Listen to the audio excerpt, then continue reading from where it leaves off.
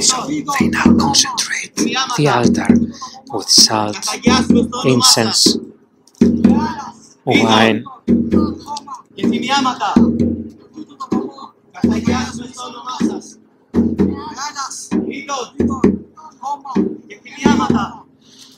there are the four, elements of the earth.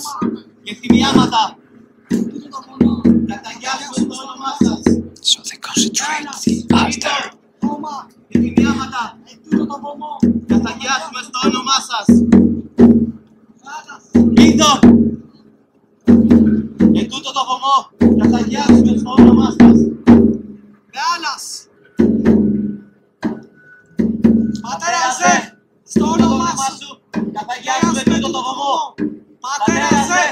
They call on Zeus to concentrate the altar. Father Zeus. They ask him to concentrate the altar. I believe this is the Homeric hymn to Dionysus, the oldest hymn surviving upon Dionysus. And the priestess sings it in the ancient tongue, the ancient Greek. At the end with genito, which means let it be done, amen, in ancient Greece.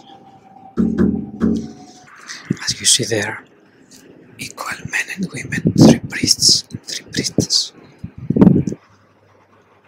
Δαίμονα κυκλίσκο, μεγάλον ηχήτορα, φλικτών, μιλήσιον δία παγενέτην, διοδότορα θνητών, ζήνα μέγα, πολύπλακτον, αλάστορα παμβασιλεία, πλουτοδότην οπόταν γευριάζον οίκον εισέλθον, εμπάλιδη τριχοδαβίων θνητών πολυμόχων, εν σιγάρνη της τεχαράς, κλείδες αχούνται. Γάρτη μάκαρ, αγνέ, πολύστονα κοίδε Ελλάσας, όσα βιοφορήν πέμπει καταγέ ανάπασαν, ένδοξον βιωτήν γλυκερών τέλος, εσλών οπάζεις. Γέννητο! Come un ritorno a casa in un certo senso, perché appunto, come ho detto, siamo legati dagli stessi valori. Perciò unirci a loro in una celebrazione simile rappresenta non solo simbolicamente, ma anche materialmente, praticamente condividere quello che ci hanno lasciato i nostri antenati e rimetterlo in pratica, viverlo di nuovo. Quello che abbiamo visto in un certo senso è sia un rituale, sia un simposio fra amici che hanno appunto questi valori in comune. Avete visto com'è bello questa unione che c'è fra tutti e secondo me questa è la cosa più importante, che anche le persone normali che non conoscono, non sono a conoscenza di questo, devono sentire in un certo senso, perché non è qualcosa che si capisce con la testa, è qualcosa che si sente con il cuore. E come mediterranei ci capiamo perché abbiamo questo stesso sentire, questo sentimento interiore che ci viene da un passato talmente lontano che non si può nemmeno dire, perché sono passati migliaia di anni, eppure oggi l'abbiamo reso di nuovo presente, qua per tutti, senza differenze.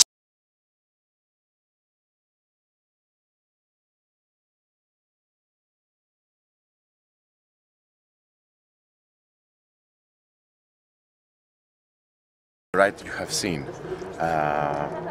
We have celebrated the Great Dionysia. Great Dionysia, they are connected with the Eleusinian mysteries.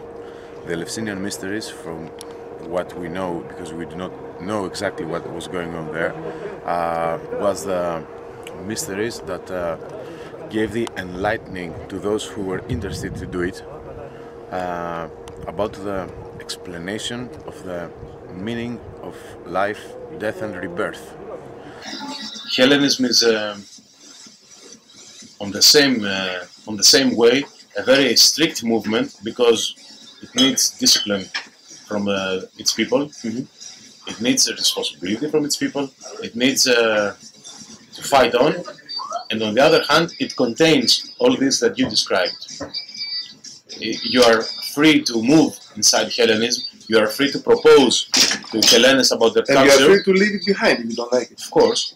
But it is against this modern way of living. It is against, not against as an enemy. It is against us. We are the natural habitats of this land.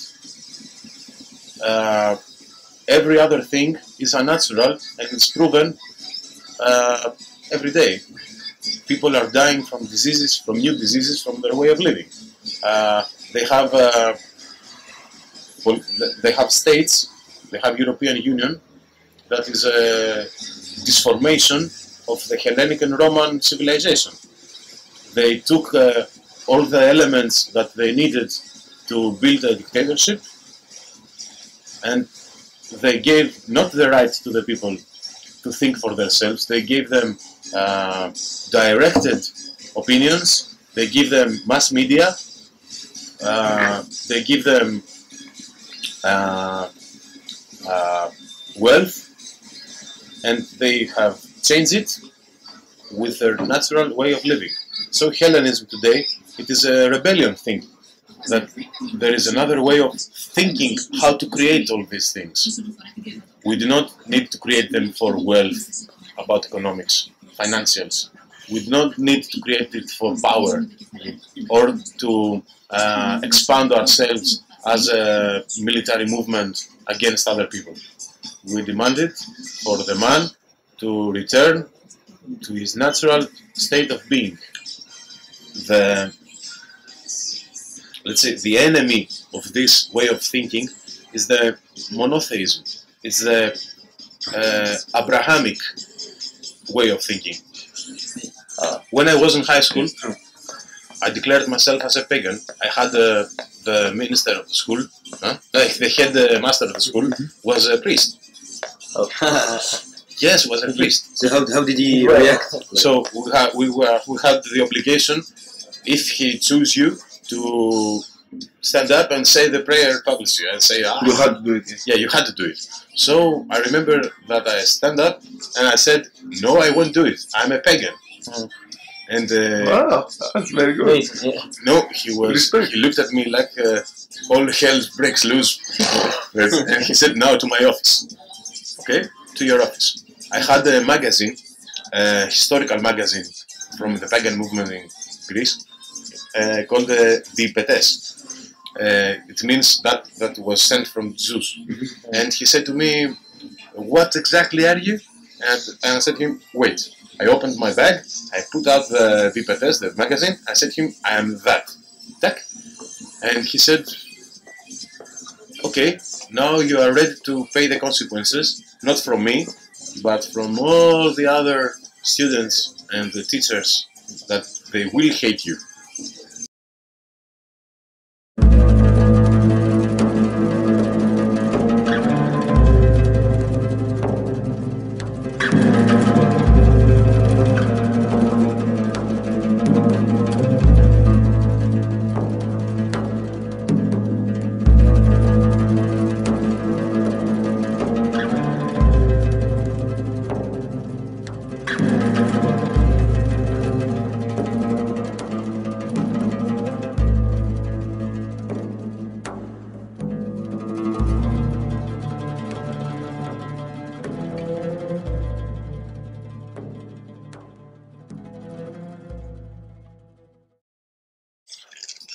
Nearby here, there is a story to hear about.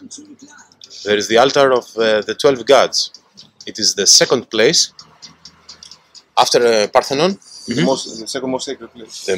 The second most sacred place and the second most important place of Athens. Where is now this temple, this altar? It's buried. It's buried, and the train comes above it. It's horrible.